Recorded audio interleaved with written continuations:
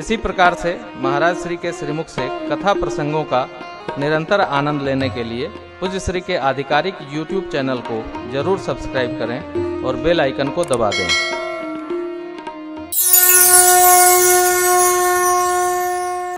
एक कथा है श्रीमद् भागवतम में महात्मा महाराज पृथु की। महाराज पृथु ने जब शासन सत्ता संभाली तो पृथ्वी माता प्रत्यक्ष आ गई और उनकी धर्मशीलता से पृथ्वी माता उनसे पूछती थी, महाराज क्या चाहिए? सब कुछ पृथ्वी के आंचल में है। देखिए, हम लोग एक चना बोते हैं, एक धान बोते हैं, एक गेहूं बोते हैं, 100 प्राप्त होता है और कोई नहीं देता, पृथ्वी माता देती है। इसलिए हम लोग पृथ्वी को मां मानते।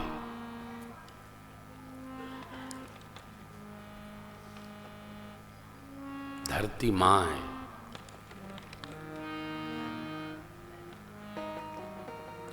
पुत्रो अहम पृथिव्या।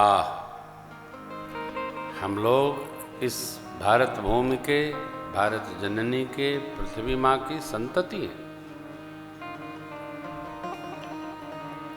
मुझे तो आपने राज संभालने का भी कर्तव्य दे दिया, तो ये धरती वहां शब्द है रसा रसातल जाई तबही मोहि राज हट देहौ जबही रसा रसातल जाई तबही। नहीं, उचित नहीं। फिर ये जा क्यों रहे हैं भगवान के पास? एक कारण, भरत जी राजसत्ता का तिलकसार सामान सब लेकर गुरु सानिध्य में जा रहे हैं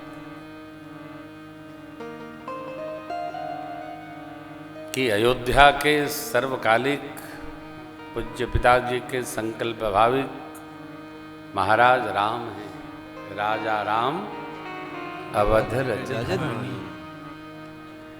तो तिलक तो राम जी का ही होगा।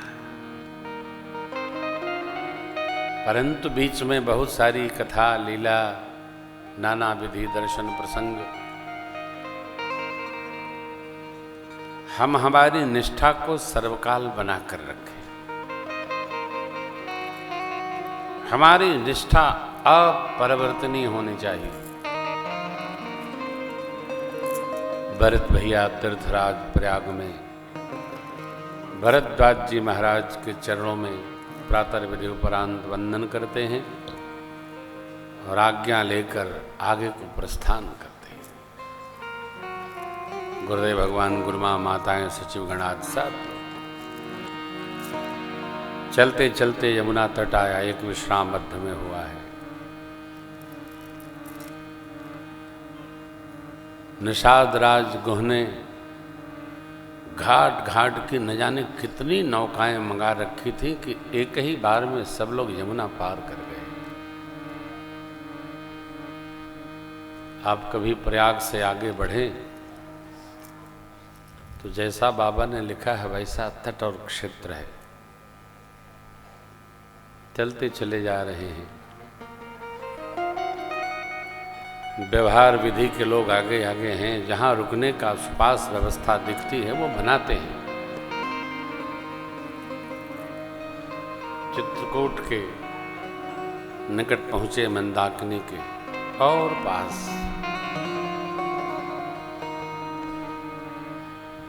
सब लोगों की सुपास व्यवस्था करके निषाद जी के संग में भैया भरत और शत्रुघ्न भगवान के आश्रम की खोज में निकले। आज जैसा चित्रकूट क्षेत्र नहीं था। ऊंची ऊंची घासें रही होगी, मार्ग तो थे ही नहीं कहीं। इधर मेरे बाबा पूज्यपाद गोस्वामी जी परमात्मा के आश्रम पधारे। आज ब्रह्म वेला में मेरी माँ जगजननी जानकी मैया ने एक स्वप्न देखा और जगते ही प्रभु के सिर चरणों में स्वप्न रखा। प्रभु, आज अभी ब्रह्म वेला में मैंने एक सपना देखा कि भैया भरत अयोध्या की सेना को लेकर वन में आ गए हैं। साथ में गुरुदेव भगवान, माँ और माताएं भी हैं, परंतु माताओं का वेश मंगल नहीं। भगवान ने लक्ष्मण जी का आह्वान किया और माँ के द्वारा सुने गए सपने को लक्ष्मण जी के प्रति कहा। प्रभु और लखनलाल के नेत्र सजल हो गए। भगवान ने कहा, भैया स्वप्न का विचार मंगल नहीं जान पड़ता है, चलिए मंदाकिनी तट पर और भगवान के पार्थिव स्वरूप का पूजन करते हैं। जीवन में कभी कोई उत्पात दर्शन मात्र दे स्वप्न में भी, तो भी भगवान शिव की आराधना करनी चाहिए। भावी में आए किसी भी रेख को केवल और केवल शिवजी समाप्त कर सकते हैं। क्यों? हमारे आपके कर्म विपाक का अनुसंधान पूर्वक शोधन करना, सहज बनाना, ताप कम करना, ये केवल शिव बाबा के हाथ में है। भजन में भांज नहीं देना चाहिए।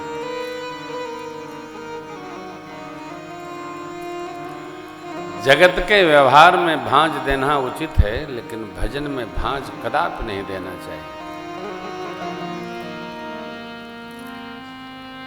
व्यवहार आता जाता रहेगा, भजन तो अपना है। वो गीत आपने सुना होगा, जो करते रहोगे भजन धीरे धीरे तो निश्चित ही मिल जाएगा वो सजन धीरे।